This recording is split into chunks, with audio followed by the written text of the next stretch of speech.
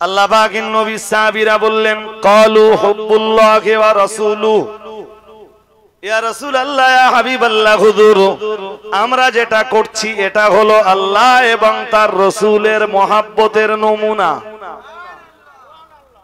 আর একটু মন খুলে বলেন সুবহানাল্লাহ, কিসের নমুনা?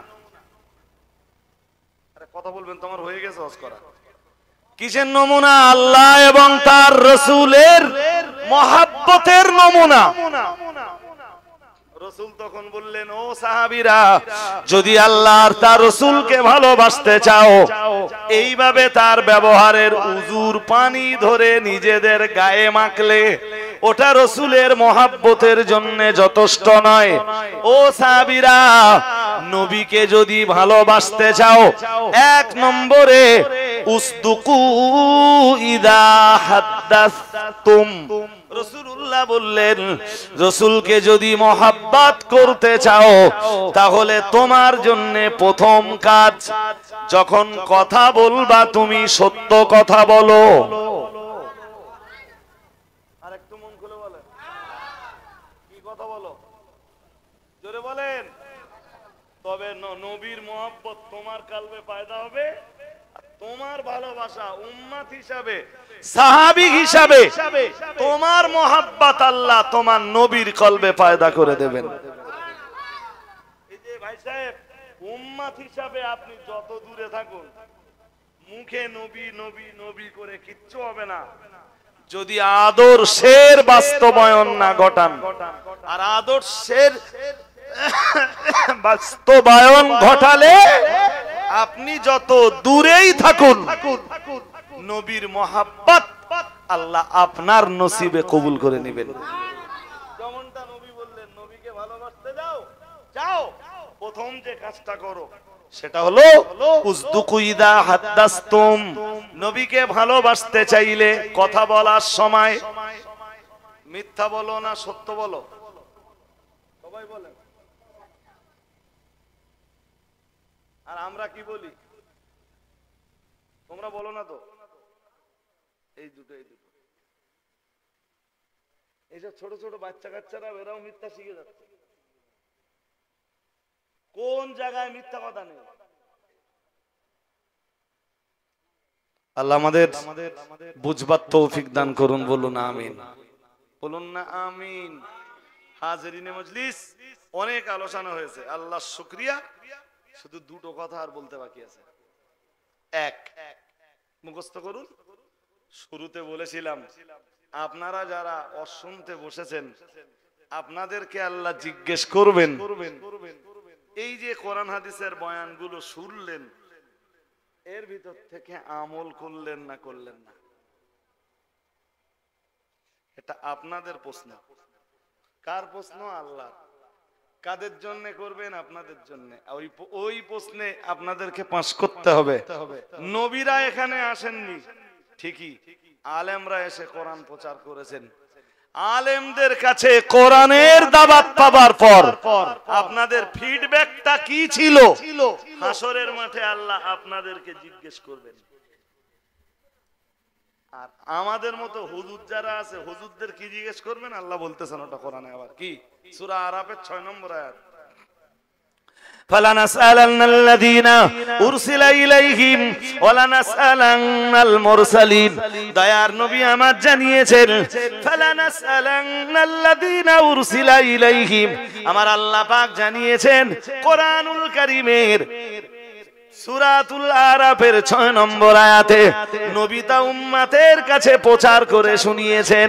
ও বাবাজিরা ভাইরা, আমার আল্লাহ জানিয়েছেন যাদের কাছে আমার আল্লাহ নবী পাঠিয়েছেন, রাসূল পাঠিয়েছেন, পীর পাঠিয়েছেন, গাউস পাঠিয়েছেন, মুজাদ্দিদ পাঠিয়েছেন, মাওলানা পাঠিয়েছেন, ইমাম পাঠিয়েছেন, মুয়াজ্জিন পাঠিয়েছেন, যাদের কাছে আমার আল্লাহ দ্বীনের দাঈদেরকে পাঠিয়েছেন, যাদের কাছে মুফতিদেরকে পাঠিয়েছেন, খতিবদেরকে পাঠিয়েছেন, বক্তাদেরকে পাঠিয়েছেন, কোরআন আর হাদিসের বয়ানকারীদেরকে পাঠিয়েছেন, ওয়াইজদেরকে, নাসিহদেরকে, শরীয়তের উপদেশ দাতাদেরকে আমার আল্লাহ যাদের কাছে পাঠিয়েছেন তাদেরকে হাসরের ময়দানে জিজ্ঞাসা করবেন, তোমরা এদের দাওয়াত পাওয়ার পরে এদের দাওয়াতের জবাবটা কি দিয়েছিলে?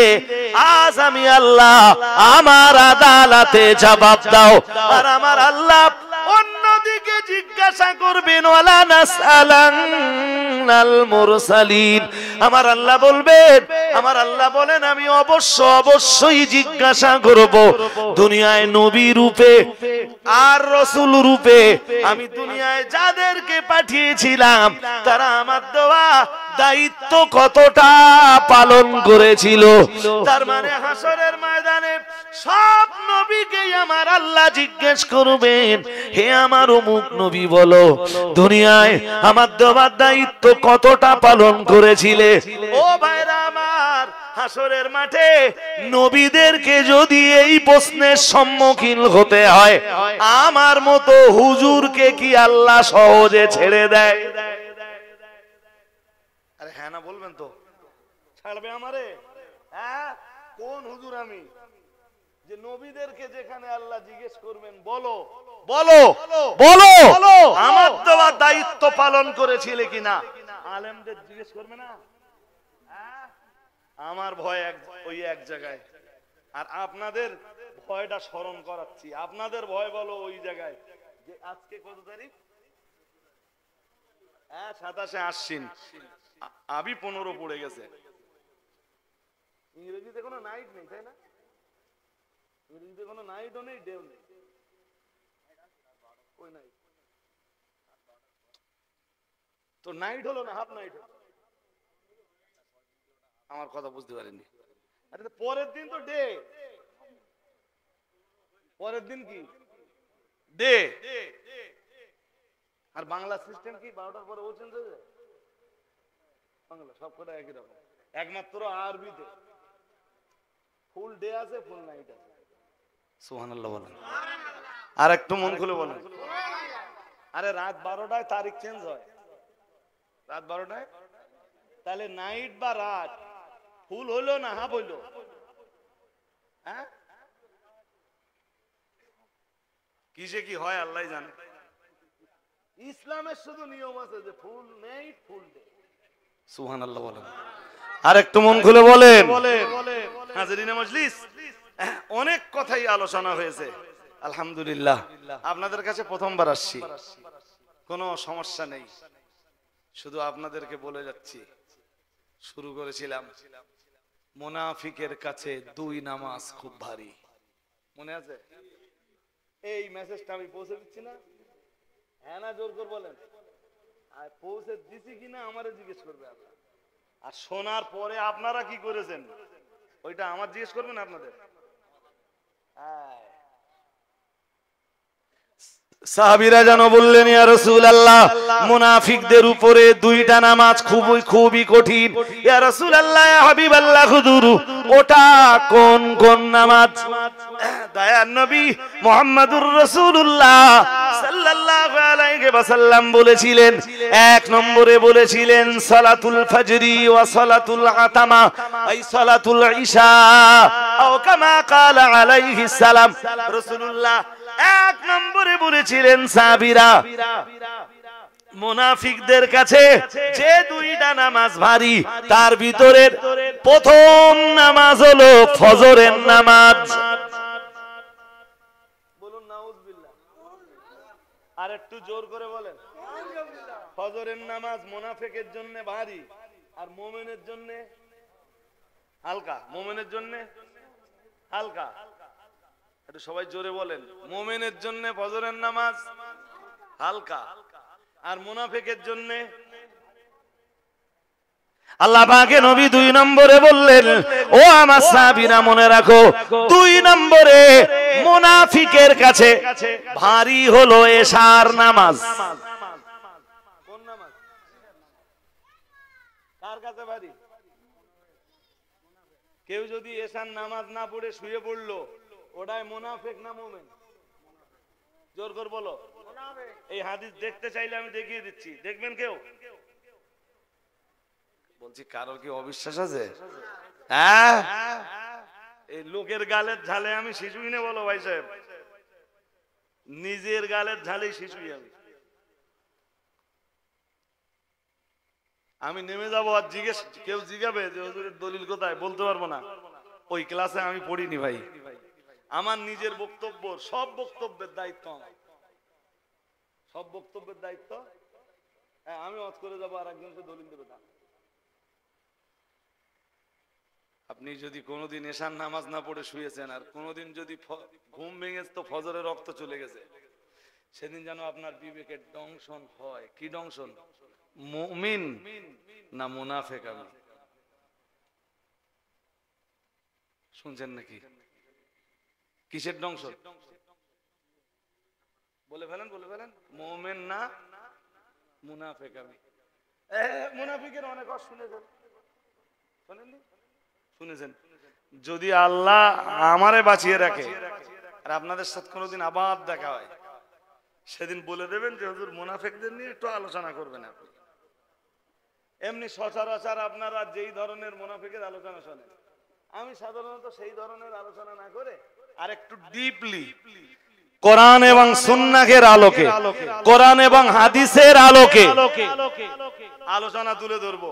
তাতে আপনি নিজে স্যাটিসফাইড হতে পারবেন যে আমি ইমানদার না মুনাফিক, আমি মুমিন না মুনাফিক, পুরো আপনার কাছে পরিষ্কার হয়ে যাবে।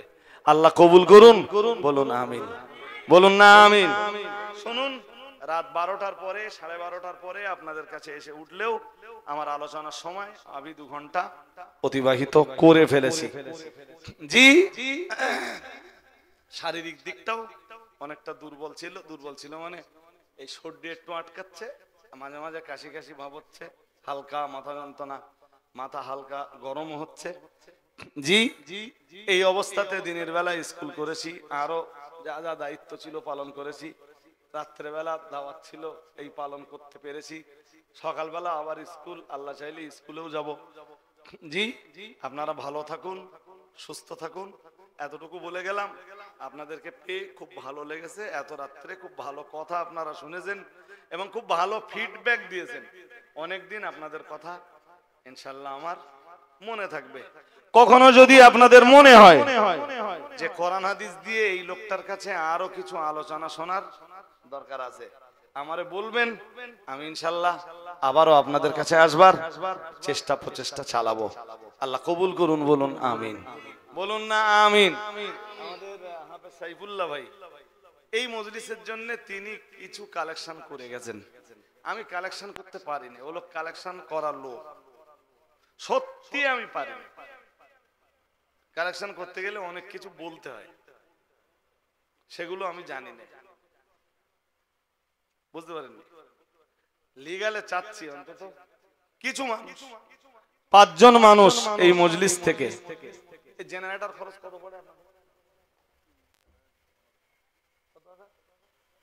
15,000। ওকে একা দেয় কেউ? তো এটা সিরাতুন নবী উপলক্ষে হয়, মিলাদুন নবী উপলক্ষে এই মজলিসটা হয়। তো নবীর মহব্বতে পড়ে অনেক ভাইরা আছেন, কজন মিলে নবীর মহব্বতে পড়ে এই মজলিসের আলোটা ব্যবস্থা করে দেবেন একটু?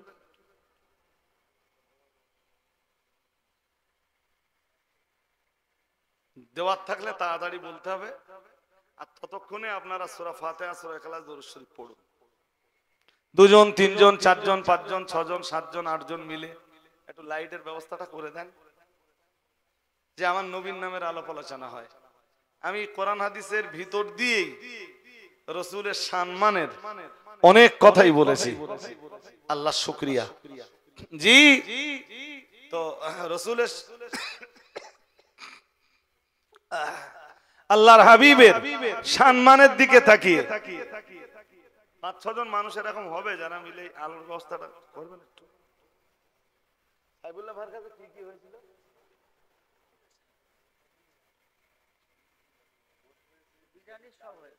আলহামদুলিল্লাহ, তাহলে অনেক কিছু হয়েছে। একটু আমি জেনারেটরটা চাচ্ছি একটু দেন, মানে লাইটের ব্যবস্থাটা, আলোর ব্যবস্থাটা হবেন। 1-2 জন করতে করতে একটু নাম লেখান, 8 জনে মিলে দেন। 8 জনে। কোন ভাগ্যবান বান্দা আছেন এই মজলিসে? 1 নম্বরে নামটা লেখাবেন। নাম কি? আজিম আলী লস্কর। নারায়ে তাকবীর। আর একটু আওয়াজ দেন, নারায়ে তাকবীর। আজিম আলী লস্কর বলুন জিন্দাবাদ। বলুন না জিন্দাবাদ। নারায়ে তাকবীর। 2 নম্বরে কে দেবেন? আরে যা খরচ হবে তার 8 ভাগের 1 ভাগ আপনি দেবেন। এই লাইট বাবদ, আলো বাবদ যে খরচটা হবে 8 ভাগের 1 ভাগ বের করবেন। একটু মন নরম করে বলেন, আল্লাহর কোন বান্দা আছেন এই মজলিসে রাসূলের মহব্বতে পড়ে? কে আছেন? 2 নম্বরে নামটা লেখাবেন। জেনারেটর কটা লাগে আপনাদের? 2-3টে লাগে। একটু বলেন, একটু মন নরম করেন। আমি তো আশা করছিলাম যে আপনাদের কাছে চাইলে আপনারা দিয়ে ফেলবেন। বলুন 2 নম্বরে কে আছে? কই? এখনো এই রাত্রে এতটা মানুষ আছেন, তা 2 নম্বরে কেউ হাতটা তুলতে পারবেন না যে হুজুর আমি দেব? আপনি বলতেছেন নবীর মহব্বতে পড়ে একজন আলেমের চেহারার দিকে তাকিয়ে আমি 2 নম্বরে শরীক হব। একটু বলুন আল্লাহর কোন ভাগ্যবান বান্দা আছেন? কোন নবীর পাগল উম্মাত আছেন 2 নম্বরে রাসূলের মহব্বতে পড়ে ওই জেনারেটরের 8 ভাগের আর একটা ভাগ নেবেন? 2। একটু বলে, এর চাইতে প্রত্যন্ত এলাকায় আমরা যাই তো হয়ে যায়। আল্লাহর কোন না কোন বান্দা আল্লাহ জুটিয়ে দেন। বান্দা এসে বলে হুজুর আমি হাত তুলছি, আমি ব্যবস্থা করব ইনশাআল্লাহ। তো একটু আপনারাও আপনাদের কাছে, আপনারা দাহারানি, তো এটা দাহারানি গ্রামের মানুষ, একটু বলুন। আজিম ভাই 1 নম্বরে হাত তুলেছেন। আজিম ভাইকে, আজিম ভাইয়ের পাশে দাঁড়াতে, তাকে সহযোগিতা করতে, তাকে সহযোগিতা মিন্স এই মজলিস কায়েমের লক্ষ্যে, নবিয়ানা আলাপ আলোচনার মজলিস কায়েমের লক্ষ্যে কোন ভাগ্যবান বান্দা আছেন? 2। জেনারেটর বা লাইটিং এর ওই 8 ভাগের আর একটা ভাগ নেবেন, হবে?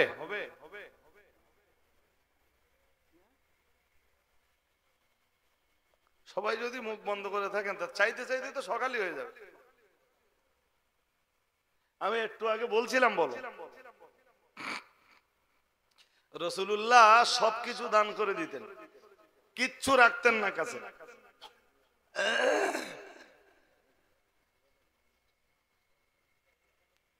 2 নম্বরে কেউ আছেন?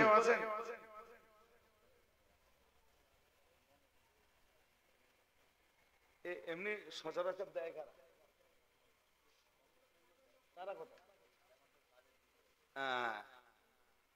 অন্তত 2 নম্বরটা কেউ শরীক হোক, আমি আন্না চাইব না।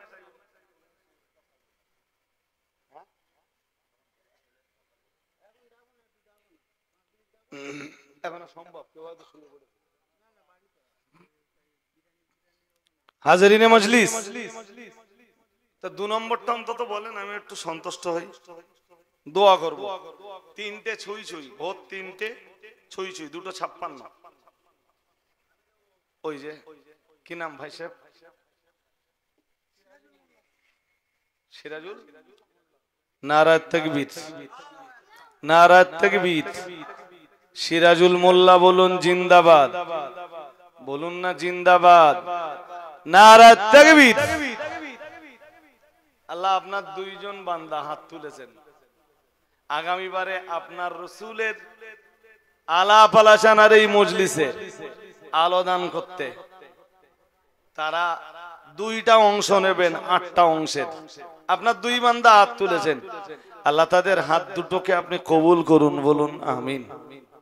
আল্লাহ তাদের জীবনকে আপনার নবীর রুহানি নেক দোয়ার আলোকে আপনি আলোকিত করে তুলুন। বলুন আমিন। বলুন না আমিন।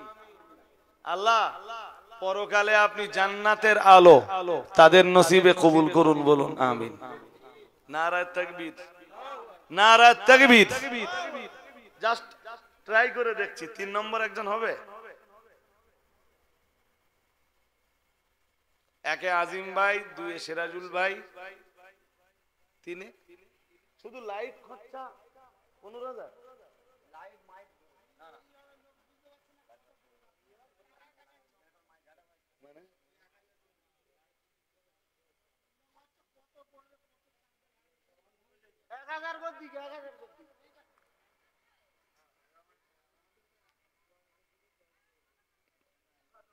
ও ওই এক ভাই হাত তুলেছেন, নাম কি?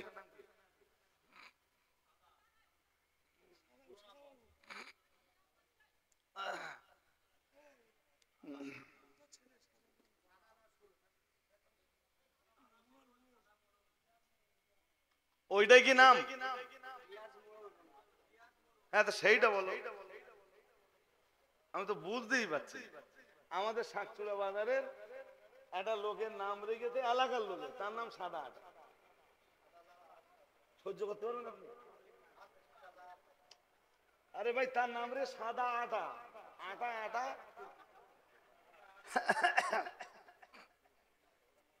আর সে সাদা আটা বললে সেইরকম খেপে।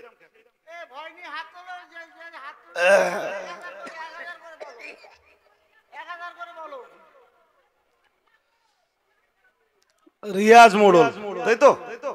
1000 টাকা। এই ছেলে, এই বস, ভাই সাহেব দোয়া করব। আর কে আছেন হাত তোলেন, 1000 টাকা দেবেন। ওই লাইটের লাইট বাবদ 1000 টাকা দেবেন। কোন ভাগ্যবান বান্দা আছেন? হাত তুলুন।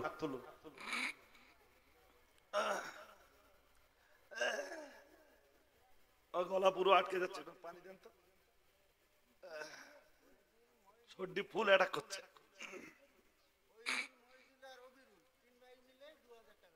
ওহিদুল, ওহিদুল, মুহিদুল আর রবিউল, 3 ভাই মিলে 2000 টাকা। নারায়ে তাকবীর, নারায়ে তাকবীর। সিলসিলায়ে মুজাদ্দিদুজ জামান, সিলসিলায়ে মুজাদ্দিদুজ জামান, সিলসিলা হক ফুরফুরা শরীফ। নারায়ে তাকবীর।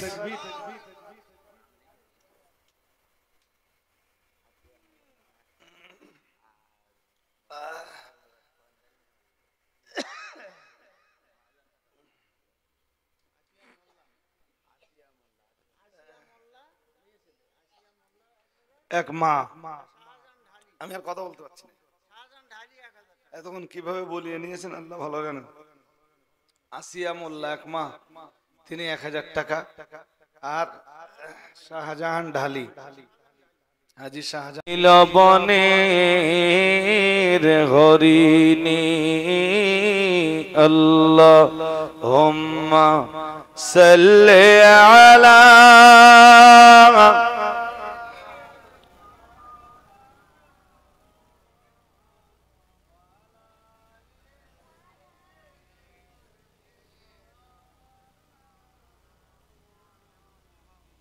হাজরিনে মজলিস, আমার উদ্দেশ্য যেই হাদিসটা আপনাদেরকে পরিবেশন করা, সেটা হলো রাসূলুল্লাহ একদিন উযু করছেন, তো পবিত্রতার লক্ষ্যে উযু দরকার। তো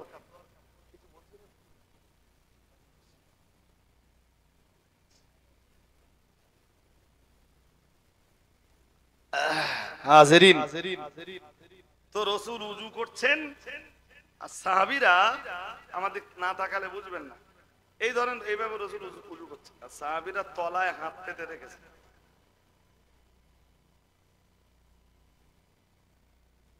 বলুন কেন? রাসূলের উযুতে ব্যবহৃত পানি সাহাবীরা ধরছেন, ঠিক এইভাবে হাত পেতে রেখেছেন।